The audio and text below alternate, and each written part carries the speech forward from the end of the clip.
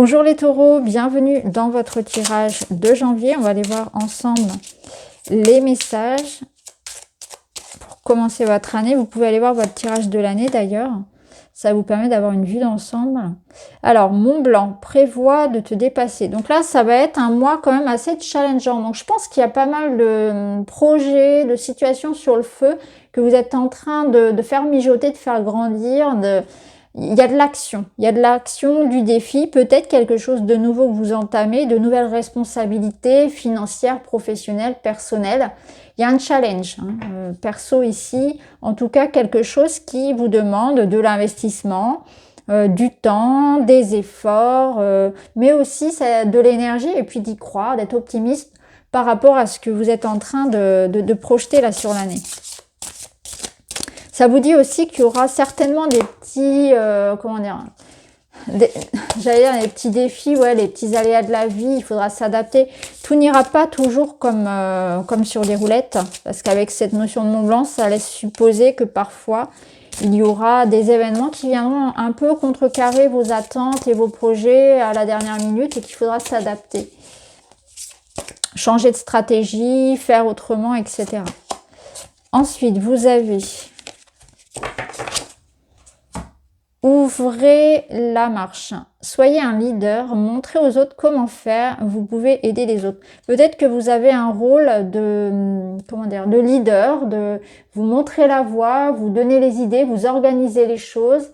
On vous suit, on vous écoute. Peut-être un rôle où vous transmettez, un rôle d'enseignant au sens large, un rôle de cadre, vous voyez, quelqu'un qui, ouais, un leader, quelqu'un qui lead, qui montre, qui coach, qui encourage, qui montre la voie, qui inspire les autres aussi. Donc, vous voyez comment ça résonne. Et on vous dit aussi que peut-être dans cette situation-là, vous êtes invité à innover. C'est-à-dire qu'il n'y a pas forcément, le chemin n'est pas encore tout tracé et vous avez quelque chose à apporter dans cette voie, dans ce milieu, dans ce projet. Soyez audacieux par rapport à ça. N'hésitez pas à proposer quelque chose qui n'a pas été fait, à mettre un petit peu votre patte, votre façon de faire dans la situation. Soyez audacieux, vraiment. Soyez audacieux et conscient de ce que vous avez à offrir aux autres aussi. Donc il y a un talent, il y a quelque chose qui est dévoilé, qui est offert. Vous êtes mis en avant. Et je ressens vraiment beaucoup de responsabilités et d'investissement personnel ici. On vous donne des responsabilités, vous en prenez, vous assumez. Vous êtes force de proposition, voilà, vous êtes vraiment très investi et on vous remarque.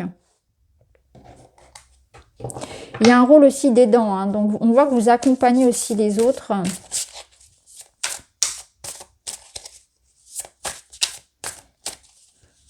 Vous apportez de la sécurité et des conseils, une présence, vous êtes là pour les autres. Que ce soit autant à titre perso qu'à titre professionnel. Alors, avec le tarot, vous avez le page de bâton. Il est inspiré, il est inspirant, il commence quelque chose de nouveau, il y a de l'action, il y a de la motivation. Donc ça peut être, ça peut vous représenter, c'est-à-dire ça peut être la part de vous qui aime se lancer dans de nouveaux défis, qui aime s'investir, qui est curieux, qui aime apprendre, qui a ce goût-là en fait de l'aventure, avec cette notion d'aller explorer un nouveau domaine. Ça peut être vraiment lié en plus aux nouvelles technologies, à tout ce qui va être les réseaux sociaux, l'IA, l'informatique, etc. Pour certains, peut-être que ça vous parlera. Ça peut être un projet d'écriture, quelque chose lié vraiment à la communication au sens large. Mais ça peut être aussi un message, quelque chose qui arrive ce mois-ci et qui vienne justement annoncer ses responsabilités, ce nouveau départ, ce challenge, etc. Là, je pense que le page, il vous invite aussi à être ouvert à cette nouvelle façon de faire, à ce nouveau projet, à cette nouvelle responsabilité, ce nouveau contrat, etc. À cette nouvelle page en fait qui est en train de s'écrire pour vous. C'est allez-y avec beaucoup d'enthousiasme, pas forcément beaucoup de certitude parce que il faut être ouvert à tout ce qui se propose, il ne faut pas être ancré dans quelque chose de trop fermé parce qu'à tout âge on peut apprendre. Et puis prendre ça comme un challenge, vous voyez, vous y allez, vous savez que vous ne connaissez pas encore tout. mais que vous allez apprendre et puis vous vous laissez une marge de progression. Il y a vraiment cette, voilà, cette légèreté-là dans ce que vous êtes en train de mettre en place. Alors, on va voir un petit peu le côté plus sombre, la nuance du mois, ce sur quoi il faut faire attention. Et vous avez le diable. Alors, le diable, il va vous confronter peut-être à votre peur et à votre attachement justement à la matière. La peur de perdre.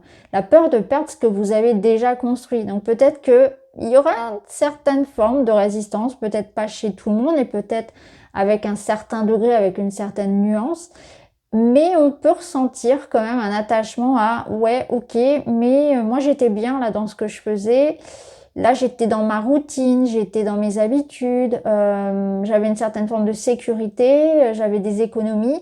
Est-ce que si je mets tout là-dedans, dans ce projet-là, est-ce que je vais pas perdre? Est-ce que à long terme ça va être rentable? Est-ce que l'économie actuelle est assez stable, etc. Vous voyez, il y a certaines peurs et certains attachements ici, vraiment très matériels, qui reviennent et qui peuvent vous freiner un petit peu votre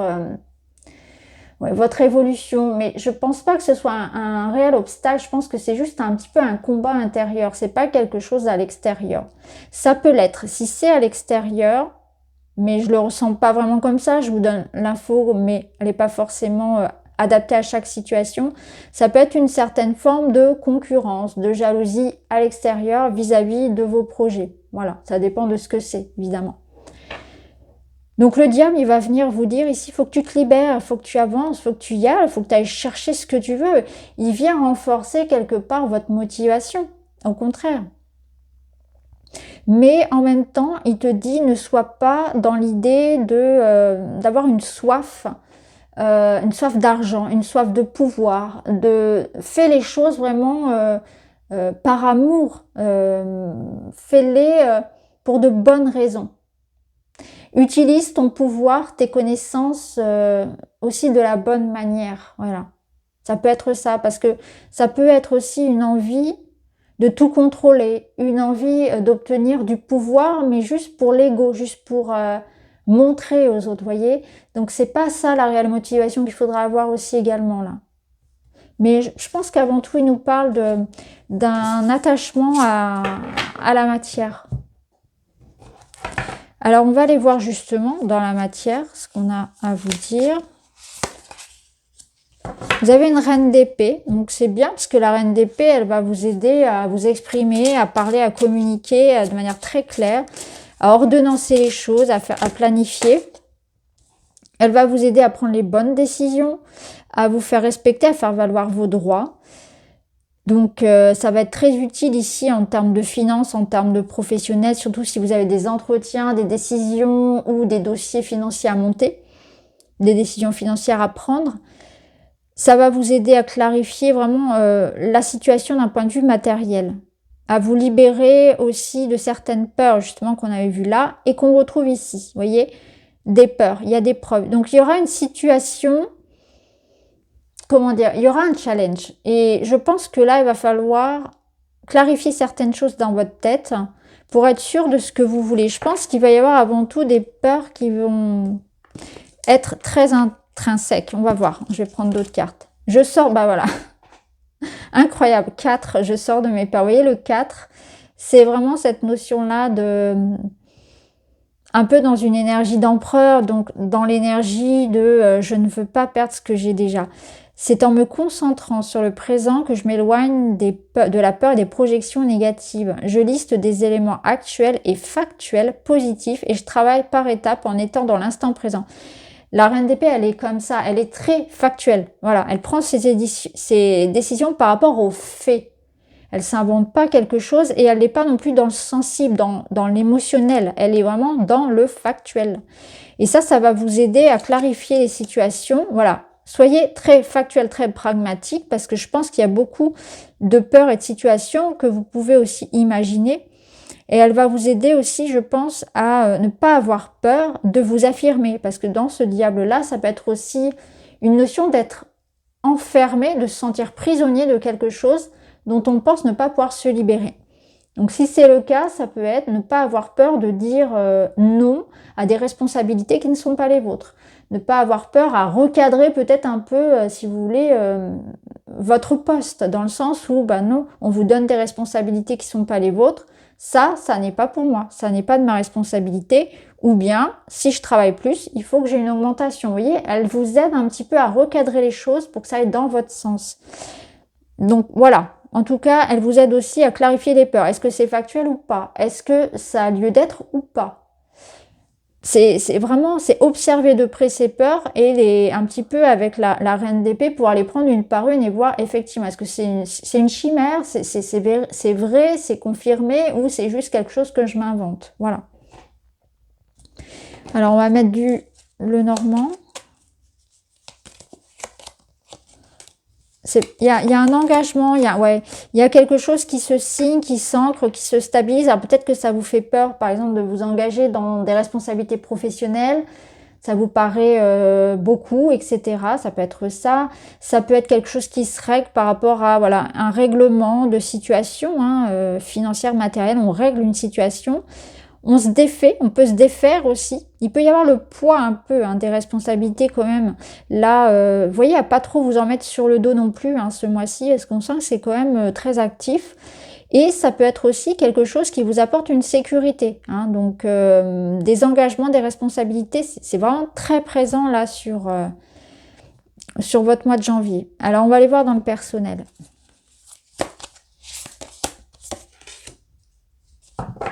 Six de coupe.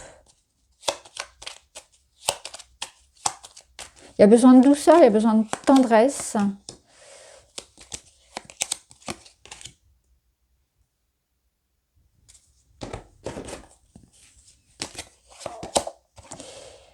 Flirt, relation passagère, bon moment. Profitez de l'instant présent sans vous projeter. Je vais tout prendre et puis après je vous dirai ce que j'en pense.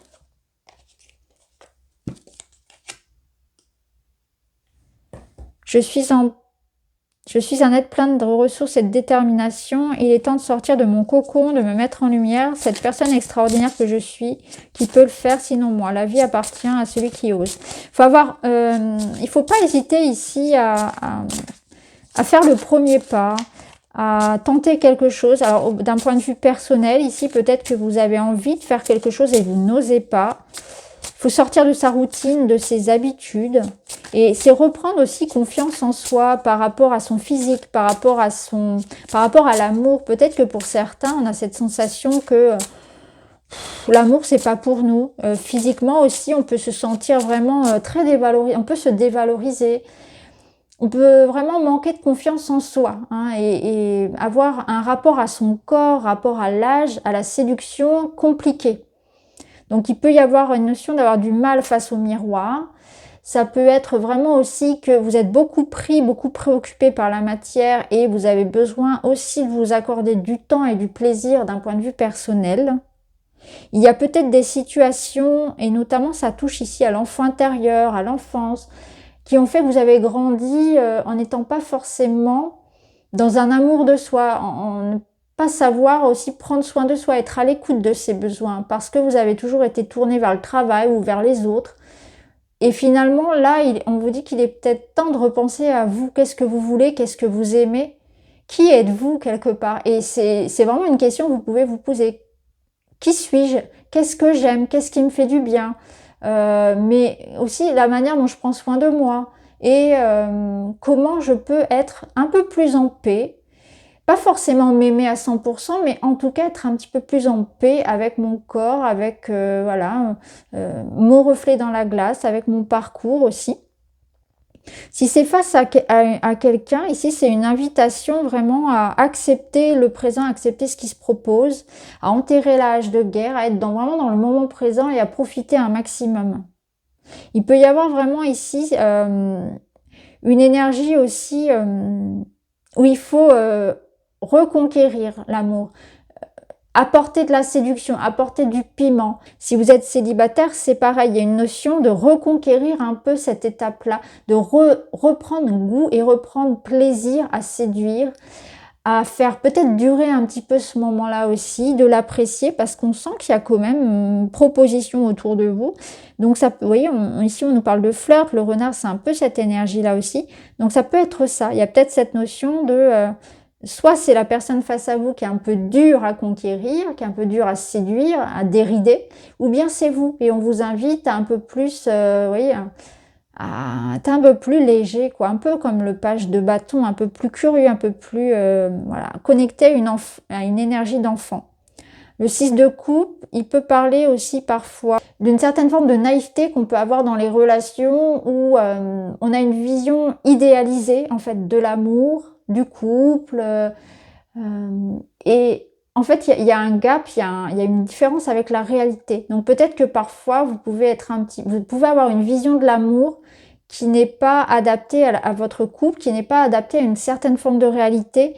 Et quelque part ici, on grandit dans l'expérience de cette confrontation-là à ce qu'on attendait et à ce qu'est la réalité.